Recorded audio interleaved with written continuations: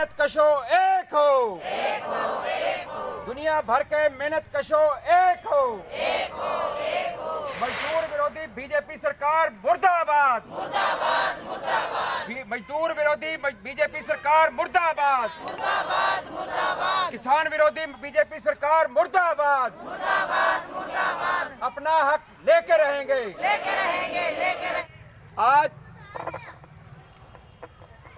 संविधान दिवस मनाया जा रहा है सरकार की तरफ से, और वो संविधान दिवस को मनाने का क्या तरीका है कि जो किसान जो हैं, जो इन किसान विरोधी जो नीतियां उन्होंने लागू करी हैं, 3 कानून बनाए हैं जिससे हिंदुस्तान के किसान जो है तबाह हो जाएंगे, उसके खिलाफ जो है जो किसान दिल्ली जाने लग रहे हैं, उनको पहले तो आधी रात को घरों से उठा लिया जैसे कि कोई वो आतंकवादी हो, और जो साथी पंजाब से किसान आने लग रहे हैं या हरियाणा से दिल्ली जाने लग रहे हैं, जगह जगह उनको बॉर्डरों के ऊपर इस तरीके से जो है रोका जा रहा है जैसे कि कोई आतंकवादी आ रहे हों, दिल्ली जा रहे हों, या कोई और दुश्मन देश से कोई लोग आने लग रहे हैं, ऐसे उनसे व्यवहार किया जा रहा है। लाठियां बरसाई जा रही हैं, ठंड के अंदर उनके ऊपर ठंडे पानी की बौछारें की जा रही हैं, जगह जगह खाइयां खोदकर पत्थर रोककर जो है उनको अपनी बात कहने का भी अधिकार नहीं है, जबकि संविधान के अंदर ये साफ लिखा हुआ है कि हर किसी को अपनी बात कहने का अधिकार है, अभिव्यक्ति की स्वतंत्रता है। जब अपनी बात कहने का भी अधिकार नहीं है तो साफ होता है कि ये संविधान किन लोगों का संविधान है ये।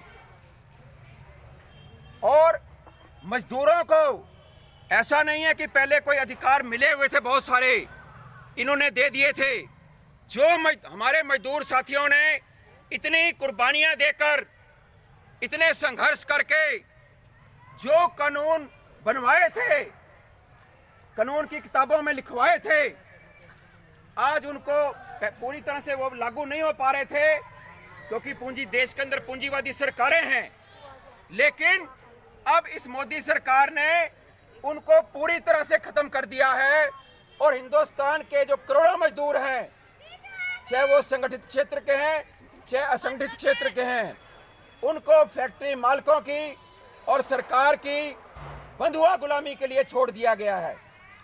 इसलिए हम इन मजदूरों के खिलाफ जो कानून लागू किए हैं, और ये कानून कब लागू किए मजदूरों के खिलाफ और किसानों के खिलाफ, जब देश के अंदर लॉकडाउन लगा हुआ था, जब किसी को घर से बाहर पैर रखने की अनुमति नहीं थी, पूरा भय का माहौल बनाया हुआ था। उस दौरान इन्होंने चुपके से बिना संसद में कोई चर्चा किए या देश के अंदर कोई चर्चा किए, इन्होंने मजदूर विरोधी नीतियां के कानून लागू करे और किसानों की विरोधियों के नीति जो कानून जो है अध्यादेश जारी किए चोर दरवाजे से, ताकि कोई इसका विरोध ना करे, कोई इसका आवाज ना उठाए। ये इस सरकार के घिनौने चेहरे को उजागर करता है। तो साथियों, मैं और ज्यादा ना कहूंगा, ये हमें समझना पड़ेगा, क्योंकि ये हम लोग ही हैं जो लाइनों में लग लग कर इनको वोट देते हैं और फिर बाद में पश्चाताप करते हैं कि ये क्या हुआ।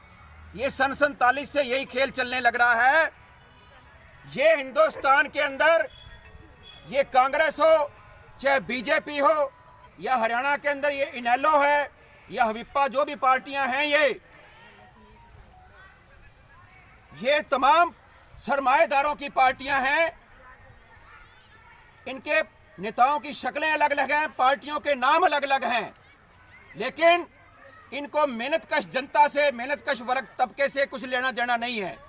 आज जो है, जब देश के करोड़ों मजदूर और किसान सड़कों पर अपनी मांगों के लिए शांतिपूर्वक आंदोलन कर रहे हैं, तो ये कोई भी पार्टियां जो उनसी पूंजीवादी पार्टियां हैं, कहीं भी जो है इनकी समर्थन में नहीं खड़ी हुई है। और बीजेपी के लोग क्या कर रहे हैं, हर किसान कह रहे हैं कि हम बर्बाद हो रहे हैं, मजदूर कह रहे हैं कि हमें बंधुआ गुलाम बनाया जा रहा है, कर्मचारी कह रहे हैं कि हमारे को अधिकार छीने जा रहे हैं, और देश के जो तमाम सार्वजनिक क्षेत्र हैं उनको बेचा जा रहा है कौड़ियों के भाव।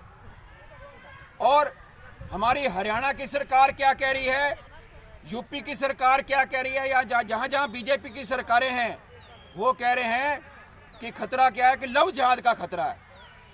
लोग कह रहे हैं कि हमें रोजी चाहिए, हमें रोटी चाहिए, हमें शिक्षा चाहिए, रोजगार चाहिए, हमारे को अधिकार चाहिए, हमारे जो पहले बने हुए थे उनको सही ढंग से लागू करो, और ये लोगों को फूट डालो और राज करो।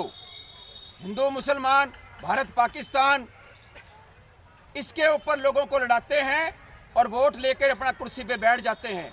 तो हमें इनकी जो ये सांप्रदायिक नीतियां हैं उनको भी समझना पड़ेगा, उनसे भी निकलना पड़ेगा।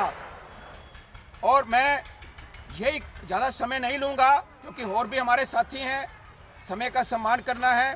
मैं आप तमाम साथियों का इफ्टू की तरफ से यहाँ अभिनंदन करता हूँ, और आगे भी हमें ऐसे आंदोलनों को, संयुक्त कार्यक्रमों को, ये लड़ाई लंबी चलनी है, और अब ये निर्णायक दौर में पहुँच चुकी है। अपनी एकजुटता को, संगठन को और बढ़ाना है। इन्हीं शब्दों के साथ सभी साथियों को क्रांतिकारी लाल सलाम। हरिप्रकाश, राज्य सचिव AIUTU से हरियाणा। आज 26 नवंबर को पूरे देश में केंद्रीय ट्रेड यूनियनों और कर्मचारी संगठनों के आह्वान पर एक दिवसीय आम हड़ताल का आह्वान किया गया, जिसके तहत पूरे देश में आज हड़ताल है, क्योंकि सरकार ने मजदूर विरोधी 4 लेबर कोड पास किए हैं, मजदूरों के विरोध के बावजूद, ट्रेड यूनियनों के विरोध के बावजूद। और इसके अलावा भी सरकार सरकारी संपत्ति को निजी हाथों में दे रही है। जो केंद्रीय कर्मचारी हैं या राज्य कर्मचारी हैं, उनकी स्थायी भर्ती पर रोक लगा दी गई है, और स्कीम वर्करों को वो पूरी तनख्वाहें नहीं दे रही हैं। फैक्ट्री के वर्करों की वो अधिकार छीन रही है। इसलिए तमाम मांगों को लेकर के AIUTC सहित तमाम 10 केंद्रीय ट्रेड यूनियन और कर्मचारी संगठनों ने आज की हड़ताल का आह्वान किया है। और उसी प्रकार 3 जो कानून बनाए हैं, जो देश की कृषि के खिलाफ कहो, कृषि मजदूर और किसानों के खिलाफ कहो, देश की जनता के खिलाफ कहो, उन 3 जो कानून बनाए हैं उनके खिलाफ पूरे देश में 500 किसान संगठनों ने मिल करके 26 और 27 नवंबर को दिल्ली चलो के नारे के तहत एक आंदोलन उठाया देश में, जिससे सरकार दोनों आंदोलनों से, ट्रेड यूनियनों के आंदोलनों और किसान आंदोलनों से घबरा गई है बुरी तरह से। इसलिए रात के अंधेरे में किसान नेताओं को उठा रही है, गिरफ्तार कर रही है, ताकि आंदोलन को दबाया जा सके। लेकिन हमारा ये कहना है कि कोई भी सरकार ज़बरदस्ती, डंडे के ताकत पे, सरकार पुलिस और फौज की ताकत पे जनता को नहीं दबा पाई आज तक, और मोदी सरकार भी दबा नहीं पाएगी। हमारा चैलेंज है कि आंदोलन 70 दर 70 आगे बढ़ेगा। इसलिए मजदूर संगठनों के जो क्रांतिकारी संगठन हैं, जो लड़ रहे हैं, उन्होंने किसानों की मांगों का समर्थन किया है, उनके आंदोलनों का समर्थन किया है। उसी प्रकार किसान संगठनों के जो समन्वय समिति है, उन्होंने मजदूरों की 26 तारीख की हड़ताल का समर्थन किया है। और ये तालमेल के चल रहे हैं। लड़ाई जारी रहेगी जब तक सरकार वापस नहीं हटेगी, अपनी मांगों से अपने जो हमारी मांगें पूरी नहीं करेगी, तब तक लड़ाई जारी रहेगी। ठीक। आप आशा वर्कर यूनियन जिला प्रधान सुमन। आज 26 नवंबर के दिन हम सब इस हड़ताल का समर्थन करते हैं अपनी यूनियन की तरफ से, और देश में जो काले कानून मोदी सरकार द्वारा थोपे जा रहे हैं उनका विरोध करते हैं, और तब तक विरोध करते रहेंगे जब तक ये वापस नहीं लिए जाते। और सरकार इतनी बेशर्म हो चुकी है कि ना महिलाओं को देख रही, ना बुजुर्गों को देख रही, ना बच्चों को देख रही।